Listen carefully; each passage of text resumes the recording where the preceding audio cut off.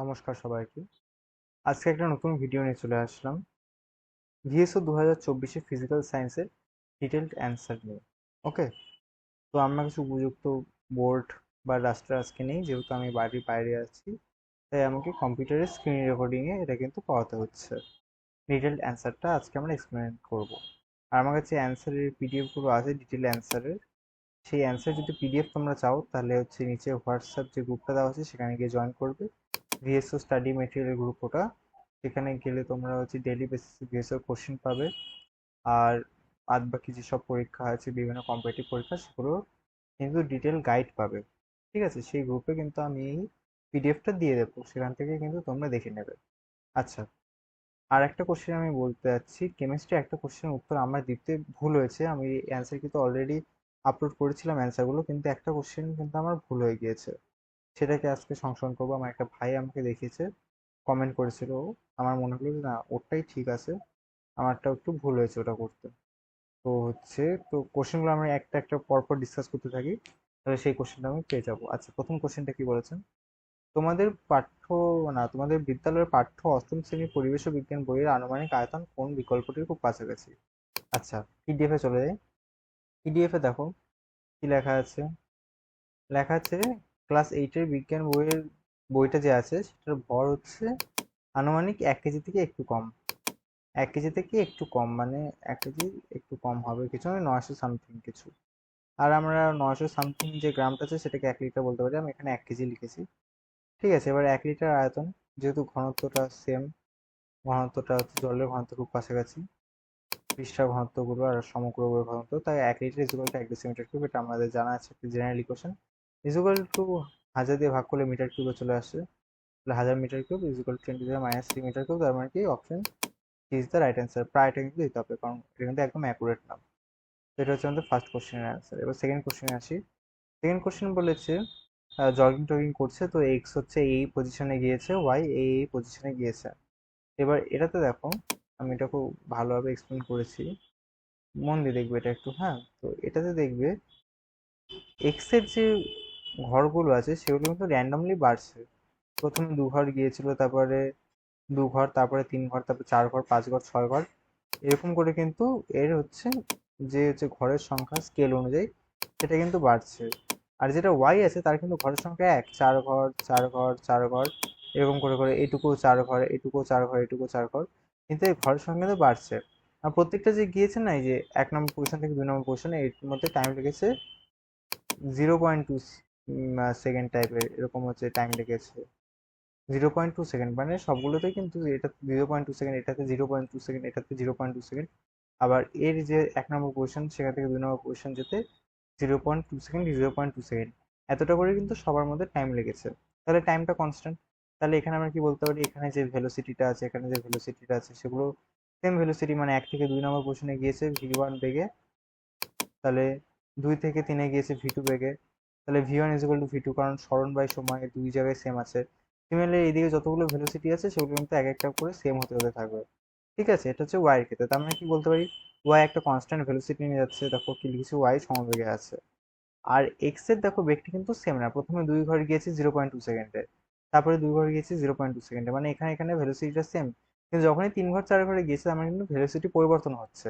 বা ভেলোসিটি পরিবর্তন মানে কি, সেখানে কি আছে না, সেখানে আছে আমাদের ত্বরণ, তাই আমি কি বলেছি, এক্স ত্বরণ নিয়ে চলছে। তাহলে অপশন বিটা ম্যাচ করছে, ওয়াই সমবেগে ও এক্স সমত্বরণে চলছে।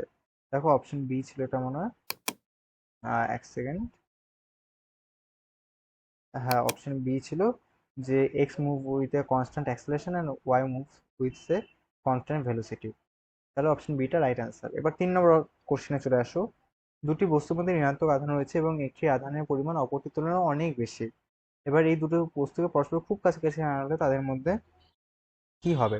আচ্ছা দেখো, এই সমস্ত কোশ্চেনের ক্ষেত্রে তোমরা কি করবে, দেখো যেগুলো তোমরা জানো না, কারণ এটা তোমাদের জানার কথা না। প্রথম অপশনটা পড়ো, সর্বদা বিকর্ষণ দেখা যাবে, এটাকে 1 নম্বর স্টেটমেন্ট। দ্বিতীয় নম্বর স্টেটমেন্টটা দেখো, কখনোই আকর্ষণ দেখা যাবে না। তাহলে দেখো 1 নম্বর আর 2 নম্বর যে জিনিসটা আছে সেটা তো সেম না। সর্বদা বিকর্ষণ দেখা যাবে আর কখনোই আকর্ষণ দেখা যাবে না, দুটো তো সেম হচ্ছে। তাহলে একটা অপশন থাকা উচিত ছিল যে এ বি দুটোই হবে, সেটা কিন্তু দেয়নি, তার মানে এ বি তো কখনোই হবে না। এইটা আর এইটা, এটা তো কখনোই হচ্ছে না, কারণ কি, না এটা দুটো সেম কথা। এবার দুটো যদি সেম কথা হয় তাহলে এই দুটো কিভাবে হবে? দুটো তো একসাথে কোথাও অপশন নেই, তার মানে এই দুটোর মধ্যে কোনোটাই হবে না, সর্বদাই বিকর্ষণ দেখা যাবে বা কখনোই আকর্ষণ দেখা যাবে না, কথা তো এক হয়ে গেল। আচ্ছা এবার ডি নাম্বার দেখো, আকর্ষণ বিকর্ষণ কিছু দেখা যাবে না, না এটা তো হয় না কখনো। আকর্ষণ বিকর্ষণ কখনোই দেখা যাবে না, সেটা তো হতেই পারে না। দুটো আধান আছে, কিছু না কিছু তো হবে। এবার দেখো আবেশের কারণে আকর্ষণ লক্ষ্য করা যেতে পারে, এই অপশনটা কিন্তু অ্যাপ্রোপ্রিয়েট লাগছে। এবার কি কেন লাগছে এখন তোমরা জানো না, তাই হচ্ছে তোমরা এই অপশনটাই দিয়ে দেবে, কারণ দেখো তিনটা অপশন যাচ্ছে না, তার মানে কি একটা অপশন পড়ে থাকছে, তো সেটাই দেবে এলিমিনেট করতে করতে।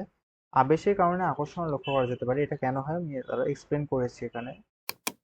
দেখো দুটো চার্জ আছে, একটা মাইনাস কিউ, একটা এন গুণন মাইনাস কিউ, মানে অনেক বেশি চার্জ, এনটা অনেক ম্যাসিভ নাম্বার, আর যে ওদের মাঝখানে ডিস্টেন্স সেটা টেন্স টু জিরো, মানে জিরো খুব কাছাকাছি।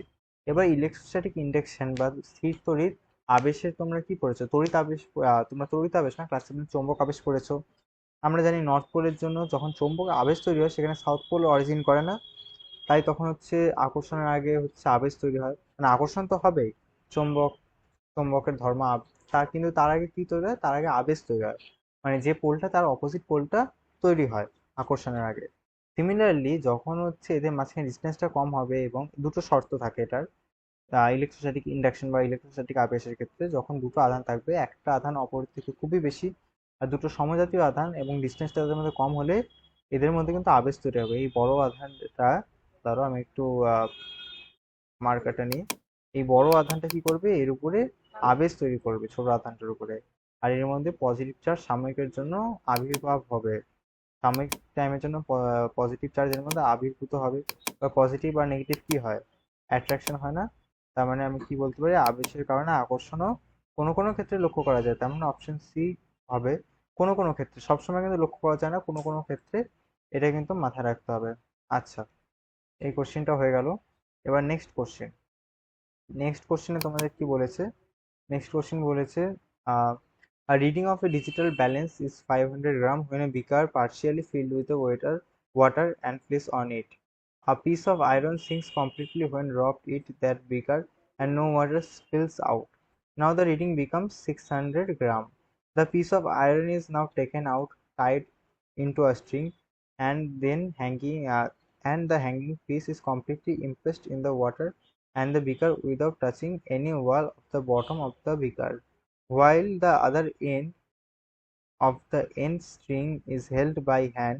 The reading in the balance is expected to be. আচ্ছা বাংলায় তোমরা পড়ে নিও, আমি গেলাম না, আমি ইংলিশটাই পড়লাম। তো হচ্ছে কোশ্চেনটা বলেছে সোজা হিসাব, আমি আসি কোশ্চেনটাতে। প্রথম কথা, ডিজিটাল তুলা যন্ত্র দিয়ে কি মাপা হয়? তুলা যন্ত্র দিয়ে আমরা জানি ভর মাপা হয়, স্প্রিং তুলা দিয়ে ভর মাপা হয়। এখানে কিন্তু অনেকে কোশ্চেনটা পড়তে বুঝতে এখানে একটু ভুল করেছে, আমাকে অনেকে কমেন্টস করেছিল যে দাদা এটা তো মনে হচ্ছে অপশন সামথিং কিছু হবে, এটা তো হচ্ছে না। দেখো তোমরা একটা জিনিস মাথায় রাখবে, স্প্রিং তুলা দিয়ে মাপা হয় কিন্তু ভর, সরি স্প্রিং তুলা দিয়ে মাপা হয় ভার, আর সাধারণ তুলা যন্ত্রতে মাপা হয় ভর। তাই এখানে কিন্তু সাধারণ তুলা যন্ত্র বলেছে, তার মানে তোমাকে এখানে ভরের কনসেপ্ট আনতে হবে, আর তোমরা যেন ভর পরিবর্তন হয় না। তাই এই কোশ্চেনটা তখনই হয়ে গিয়েছিল। বলেছে জল ভর্তি, তার মধ্যে পাথর টুকরো আছে, এটা 600 গ্রাম রিডিং দেয়। আবার বলেছে জল ভর্তি, কিন্তু এবার পাথরটা কি, না, এবার পাথরটা টাচ করে নেই, তাহলে এবার কত রিডিং দিবে? দেখো এটা তোমাদের জানা উচিত। এই ক্ষেত্রে যে ভরটা হবে, কারণ আমরা জানি স্প্রিং তোলা ভর দেয়, সরি সাধারণ তোলা যন্ত্র ভর দেয়, স্প্রিং তোলা ভার দেয়, আর এখানে যে হচ্ছে ভারের রিডিং মানে ভরের রিডিংটা হবে সে দুটো কিন্তু সেম হবে। এখানে এই পজিশনে যদি পাথরটা ভাসতো তাহলে এদের ভারের পরিবর্তন হতো, কারণ এইদিকে কি থাকতো, প্লবক বল থাকতো বা প্লবতা বল, যেটা কি করতো ভারের কিন্তু মানে এই বস্তুটার যে মানে ওজনটা সেটা হ্রাস ঘটাতো, আপাত হ্রাস ঘটাতো। ঠিক আছে, তাহলে কিন্তু এর যে ওয়েটটা হতো সেটা কিন্তু একটু কমে যেত, এই কেসটাতে ওয়েটটা কিন্তু কমে যেত, আর এই কেসটাতে ওয়েটটা বেশি থাকতো, কারণ এখানে প্লবক বল নেই, তাই বস্তুটা নিচে নেমে এসছে।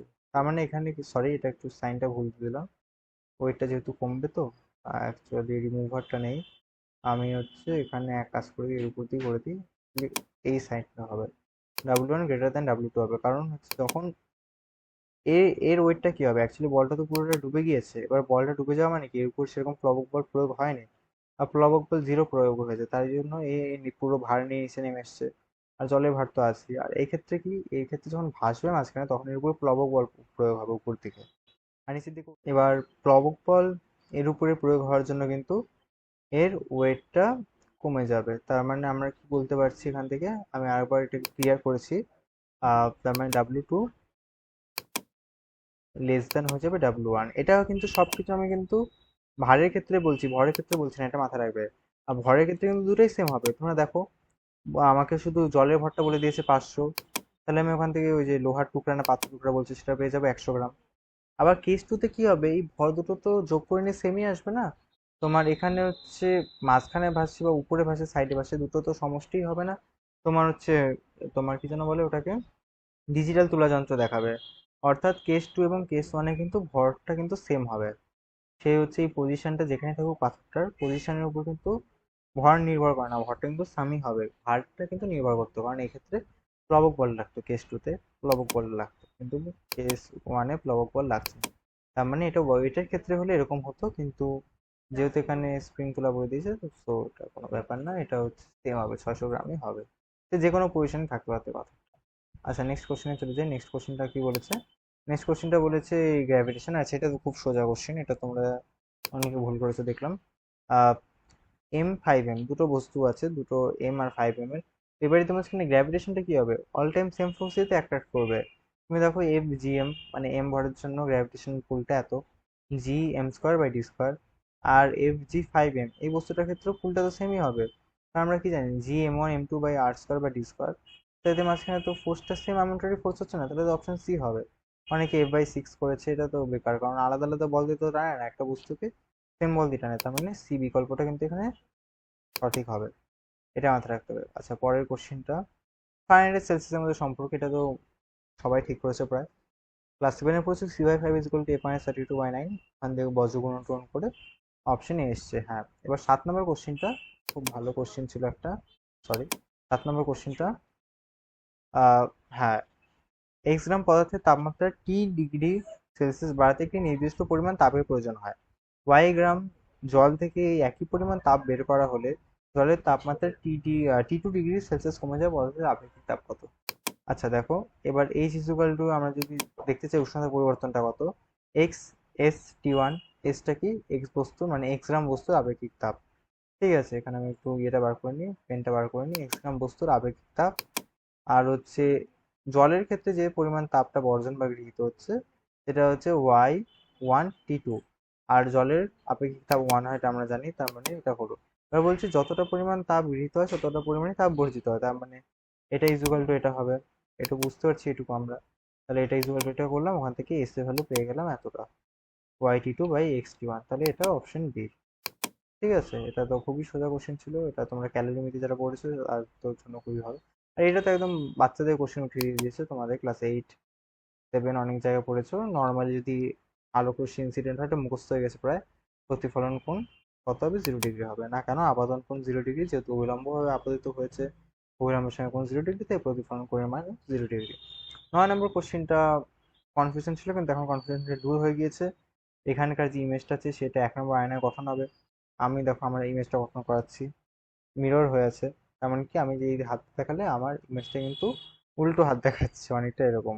ওকে, কিন্তু হচ্ছে এক্ষেত্রে দেখো, এইদিকে আমি, তুমি ভাবো তুমি আয়নায় দাঁড়িয়েছো, তাহলে তোমার ইমেজটা এরকম হবে, তারপরে এই ইমেজটা এখানে এরকম হবে।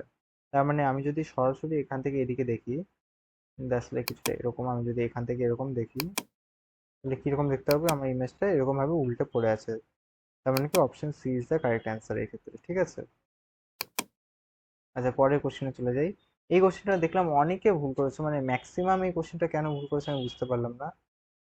কোশ্চেনটা খুব ইজি কোশ্চেন ছিল, কিন্তু একটু ট্রিকি কোশ্চেন। কিরকম বলছে, চৌম্বক দৈর্ঘ্যকে কত দিয়ে গুণ করতে হবে তার জ্যামিতিক দৈর্ঘ্য পাওয়ার জন্য। আমরা জানি চৌম্বক দৈর্ঘ্য ইকুয়াল টু জ্যামিতিক দৈর্ঘ্য ইন্টু 0.86, তাহলে চৌম্বক দৈর্ঘ্য ইন্টু 1/0.86 ইকুয়াল টু জ্যামিতিক দৈর্ঘ্য। তাহলে জ্যামিতিক দৈর্ঘ্য পেতে চৌম্বক দৈর্ঘ্যকে ইনভার্স দিয়ে গুণ করতে হয়। তাহলে এত দিয়ে গুণ করতে হয়, তো এটাকে সিম্পলিফাই করো, 1.16 আসবে। তার মানে কিন্তু option D is the right answer এই ক্ষেত্রে। অনেকে দেখলাম 0.86 করেছে, কিন্তু সেটা কিন্তু রাইট অ্যান্সার না। আর এখানে বলেছে চৌম্বক দৈর্ঘ্য কত দ্বিগুণ করতে হয়, নট জ্যামিতিক দৈর্ঘ্যকে। এই যে তুমি দেখে নাও, জ্যামিতিক দৈর্ঘ্য পুরোটা হয় আর চৌম্বক দৈর্ঘ্য অল্প। তো অল্পকে বেশি দ্বিগুণ করলে না তুমি বড়টা পাবে, এমন তো না জ্যামিতিক দৈর্ঘ্যকে তুমি একের থেকে ছোট দিয়ে গুণ করছো চৌম্বক দৈর্ঘ্য পাচ্ছ, সেটা তো না। তার মানে কিন্তু এটা অপশন ডি। আচ্ছা, এবার 11 নম্বর কোশ্চেনটা, দেখো ফর্মিক অ্যাসিডকে জলে দ্রবীভূত করছি, কোশ্চেনটা একবার বলে দিই। ফর্মিক অ্যাসিডকে জলে দ্রবীভূত করলে কোন বন্ডটা আগে ভাঙবে, এই কোশ্চেনটা ছিল। দেখো ফর্মিক অ্যাসিডকে জলে দ্রবীভূত করলে আমরা এই সিও মাইনাস আয়নটা পাবো। তা এবার দেখো কোথা থেকে বেরিয়েছে হাইড্রোজেনটা, যেটা অক্সিজেনের সাথে বন্ড করেছিল, মানে অ্যাকচুয়ালি দাঁড়াও, এই হাইড্রোজেনটা বেরিয়েছে যেটা অক্সিজেনের সাথে বন্ড করেছিল। এখানে অক্সিজেনের সঙ্গে কোন বন্ড করে আছে, এই হাইড্রোজেনটা, যার বন্ধনটাকে এই বন্ধন বলছে। তাহলে হচ্ছে এটাকে যদি এইচ টুতে ডিসলভ করি তাহলে এইটা পাচ্ছি, এই মূলকটা। তার মানে এই বন্ধনটা ভেঙে যাবে, ব্রেক করে গেল। তার মানে এখানে অ্যাকচুয়ালি হাইড্রোজেনটা ছিল কিন্তু ওটা ব্রেক করে গেছে। ওকে, হাইড্রোজেনটা অ্যাকচুয়ালি ছিল কিন্তু জলে ডিসলভ হওয়ার জন্য ওটা ব্রেক করে গেছে। তার মানে এই বন্ধনটা ভেঙে যাবে সবার ফার্স্টে। তাহলে এটা একটা হলো। পরের কোশ্চেনটা বলছে, আচ্ছা পরের কোশ্চেনটা ভালো কোশ্চেন লেগেছে আমার খুব। আহ, কোনটা প্রতিস্থাপন বিক্রিয়া হবে, দেখো অধিক সক্রিয় মৌল কম সক্রিয় মৌলকে প্রতিস্থাপিত করতে পারে। আর অপশনগুলো দেখো, এখানে কিন্তু ম্যাগনেসিয়াম থেকে সোডিয়াম, মানে সোডিয়াম বেশি সক্রিয়, তার মানে তো এটা কখনো হবে না। এজি ফেরাস, ফেরাস বেশি সক্রিয়, তার মানে এজি ওকে প্রতিস্থাপিত করতে পারবে না। কিন্তু সি নম্বর অপশন দেখো কপার আর সিলভার নাইট্রেট। এবার সিলভার কিন্তু কপারের থেকে কম সক্রিয়, তার মানে কিন্তু কপার ওকে ডিসপ্লেস করে দিতে পারবে। তাই এই ক্ষেত্রে কিন্তু সি অপশনটা রাইট। আর পরের অপশনটা দেখো পিউ আর এনএসিএল, এনে তো অনেক বেশি মানে সক্রিয়, তাহলে কিন্তু কপার এনএসএল কে রিপ্লেস করতে পারবে না, কিন্তু কপার কিন্তু এজিএনও থেকে রিপ্লেস করতে পারবে। তাই অপশন সিটা রাইট এই ক্ষেত্রে। আচ্ছা অপশন 13, এবার এটা নিয়ে আমাকে অনেকে বলেছো যে সেটা কার্বন মনোক্সাইড হবে কিনা, কার্বন মনোক্সাইড হবে কিনা। দেখো না, কার্বন মনোক্সাইড কিন্তু রাইট অ্যান্সার না। কোনটি জারক পদার্থ হিসেবে কাজ করে, দেখো আমি এখানে খুব ভালোভাবে লিখে দিয়েছি, sulphur dioxide, carbon monoxide, nitric acid, এই সমস্ত যৌগগুলিতে অক্সিজেন থাকে। এরা কোনো বিক্রিয়ায়, যে কোনো একটা বিক্রিয়ায় মেনলি কোনো একটা বিক্রিয়া স্পেসিফিক O2 কিন্তু কোনো সময় মুক্ত করে দিতে পারে। তুমি যদি ভালো টেম্পারেচার ভালো প্রেশার দিয়ে দেবে, এরা কিন্তু O2 মুক্ত করার জন্য রেডি আছে অল টাইম। তো এরা O2 মুক্ত করে দিলে সেটা কি হয়ে যাবে, O2 ডিসঅর্ডারকে বিজারণ বলি আমরা। O2 বিজারণ যদি হয় তার মানে সেটা পদার্থ কি, জারক পদার্থ। কিন্তু হাইড্রোজেন সালফাইডের ক্ষেত্রে দেখো, এর ক্ষেত্রে তো অক্সিজেন বার করার কোনো জায়গা নেই, কারণ এটা তো মানে অক্সিজেনই নেই। তাই এই ক্ষেত্রে কিন্তু মানে অক্সিজেন বার করতে পারবে না। সো আর হচ্ছে এ হচ্ছে তাহলে হচ্ছে মানে এর বিজারণ হবে না। তার মানে এ কিন্তু জারক দ্রব্য নয়, বরঞ্চ এ কিন্তু জারণ হবে। এই কিন্তু জারণ হয় H2S, কারণ হচ্ছে এইচটা বেরিয়ে যায়। এবার এইচটা যখন বেরিয়ে যায় তখন এর কিন্তু জারণ হচ্ছে। এবার জারণ হলে কি হয়, পদার্থটা বিজারক হয়, মানে রিডাক্টিং এজেন্ট। 14 নম্বর কোশ্চেনটা খুব সোজা, একটু উভধর্মী অক্সাইডের নাম করতে বলছে। অক্সাইডের ডাইরেক্ট বলেন নিচে কোন ধাতুটি অ্যাসিড ক্ষার উভয় সাথে বিক্রিয়া করে হাইড্রোজেন উৎপন্ন করে, তার মানে যার অক্সাইড উভধর্মী oxide, none of this aluminium oxide. ঠিক আছে, এটা তো খুবই সোজা। 15 নম্বরটা, এটা তোমাদের কিছু কিছু মানে কোশ্চেন আছে সেগুলো তোমাদের ডাটাবেস মুখস্থ রাখতে হবে। ঊর্ধ্ব অপসারণ পদ্ধতি দ্বারা CO2 সংরক্ষণ করা হয়। তারপরে হ্যাঁ, 16 নম্বরটা একটু ইন্টারেস্টিং দিয়েছিল, কে অধিশোষণ করতে পারে অক্সিজেনকে। দেখো অ্যামোনিয়া যুক্ত 2+ ক্লোরাইড লেখা আছে ক্লাস 8 এর বইতে, প্লাস পটাশিয়াম ম্যাঙ্গানেট দুইজনে কিন্তু অধিশোষণ ধর্ম আছে। অক্সিজেনকে দুইজনে অধিশোষণ করতে পারে, তাই এই ক্ষেত্রে বি ডি দুটো অপশনই কিন্তু ঠিক। আমার হচ্ছে ডি অপশনটা লাগা তো ভুলে গেছিল কোশ্চেনে। তো অপশন বি, আমার সি লাগিয়েছিলাম, ওটা আমি কমেন্টের সেকশনে ঠিকও করে দিয়েছি, বি আর ডি দুটো কিন্তু রাইট হবে। ওকে, আচ্ছা ক্যাটায়ন এটা কত হচ্ছে তাহলে দেখো, বা এম একটা হচ্ছে পরমাণু, দেখাচ্ছি কোশ্চেনটা। এম একটা পরমাণু যার ক্যাটায়ন ফর্ম করলে +3 চার্জ আসে, তাহলে অক্সাইড কত হবে। তাহলে দেখো এর হচ্ছে চার্জ 3, অক্সিজেন আমরা জানি 2, ক্রস করলো তাহলে M2O3 হয়ে গেল। আমরা জানি ক্রস করে না যখন হচ্ছে কোনো কিছু সংকেত লিখি, তার মানে কি হয়ে যাচ্ছে, M2 হয়ে যাচ্ছে, আর ওটা কি নিচে 3, তাহলে M2O3, এটা হয়ে গেল ওর সংকেত। ঠিক আছে, আচ্ছা পরের কোশ্চেনে যাই। এই পরের কোশ্চেনটাই আমার ভুল হয়ে গিয়েছিল অ্যান্সার দিতে, এটা এখনো অ্যান্সারটা দিতে ভুল হয়ে আছে। এই কোশ্চেনটা কিন্তু মানে আমাকে একটা ভাই বললো, ওর অ্যান্সারটা কিন্তু ঠিক, আমি এটা বলছি, এটা আমি এক্সপ্লেন করছি। আমি হচ্ছে এটাকে তার আগে একটু কেটে দিই, 1 সেকেন্ড। নিচে এই যে, হ্যাঁ এটা থাকে, এটা থাকলে আমি শুধু এই পেজটাই তোমরা দেখবে। ওকে, তোমরা দেখো কোনো একটা ক্ষারের মানে সোডিয়াম হাইড্রোক্সাইড 7 থেকে 14-এর মধ্যে থাকবে, এটুকু আমি বুঝতে পারছি। এইটুকুর মধ্যে থাকবে সোডিয়াম হাইড্রোক্সাইড NaOH, এটা আমি লিখেছি নিচে NaOH, সোডিয়াম হাইড্রোক্সাইড এইটুকুর মধ্যে থাকবে। ওকে, তার মানে এর তো সব থেকে বেশি হচ্ছে, আর সাথে নিচে তো হচ্ছে অম্লগুলো থাকে। এবার দেখো অম্ল যত জিরোর দিকে যাবে তত কি ওর পাওয়ার বাড়তে থাকবে, তত ওর পাওয়ার বাড়তে থাকবে, আর যত সাতের দিকে আসবে ও প্রশম্য হবে, নিউট্রালাইজের দিকে যাবে। এবার দেখো অ্যাসিডিক অ্যাসিড সেটা কি মৃদু মৃদু অম্ল। মৃদু অম্ল মানে কি পশ্চিমের দিকে বেশি, তার মানে সাতের দিকে কি আসবে, অ্যাসিটিক অ্যাসিড আসবে, মানে CH3COH, তাহলে আমি স্ট্রং অ্যাসিড, যত কম পিএইচ তত স্ট্রং অ্যাসিড হবে, পশ্চিমের থেকে দূরে থাকবে। তাহলে সব থেকে বেশি তো সোডিয়াম হাইড্রোক্সাইডের হচ্ছে, তারপরে থাকছে অ্যাসিটিক অ্যাসিডের, তারপরে হয়ে যাচ্ছে HCl এর। তার মানে ক্রোমটা হবে অপশন এর সাথে মিলবে এটা। 18 নম্বরটা হবে অপশন এ, এটা কিন্তু একটু মাথায় রাখবে, ঠিক আছে? আমার অ্যান্সার কিন্তু এটা দিতে ভুল হয়ে গিয়েছিল। 18 নম্বরটা হবে অপশন এ, ঠিক আছে, সোডিয়াম হাইড্রোক্সাইড, তারপরে হচ্ছে অ্যাসিটিক অ্যাসিড, তারপরে HCl। এটা আমি একটু ভুল লিখে দিয়েছিলাম, তোমরা কিন্তু এই কোশ্চেনটা এমন একটা কোশ্চেন যেটা আমরা লিখতে ভুলেছিল, তাই তোমরা ভিডিওটা দেখে নেবে, এটা কিন্তু অপশন এ হবে, ঠিক আছে? আমি এক্সপ্লেনেশনটা এখানে একটু ভুল দিয়ে দিয়েছি ভুল করে। আহ তোমার এক্সপ্লেনেশনটাকে এখানে একটু কেটে দিতে হবে, এক্সপ্লেনেশনটা হবে না এক্ষেত্রে, এটা ভুল হয়ে গিয়েছে, এই সেল থেকে কম হবে না। আগে অ্যাকচুয়ালি ঠিকই আছে, এই অ্যাসিডিক অ্যাসিডটা একটু আগে আসবে, এই সেলটা পরে যাবে। বাদ বাকি ক্রোমটা মোটামুটি ঠিকই আছে, কারণ ওটা ঠিক করে তো ক্রোমটা ঠিক হয়ে যাবে অটোমেটিক, সেটা একটা আলাদা ব্যাপার। অপশন এ হবে রাইট অ্যান্সার এটা, ঠিক আছে? আচ্ছা, পরের কোশ্চেনটা যাই, এটা আমার লিখতে নিজেরই ভুল হয়ে গেছিল, মানে কোর্সটা নিজেরই ভুলে গেছিল। পরের কোশ্চেনটা তড়িৎ বিশ্লেষণের সময় কত অনুপাতে হবে, মনে রাখবে অ্যানোডে, দেখো সংকেত কি আমাদের এটা মাথায় রাখবে, সংকেত হচ্ছে H2O। আমি যদি জলের মধ্যে বিয়োজিত হয় তাহলে দুটো হাইড্রোজেন অণু একটা অক্সিজেন অণু উৎপন্ন হবে। হাইড্রোজেন যায় কোথায়, এই ক্যাটায়ন, তার মানে যাবে ক্যাথোডে, ঠিক আছে?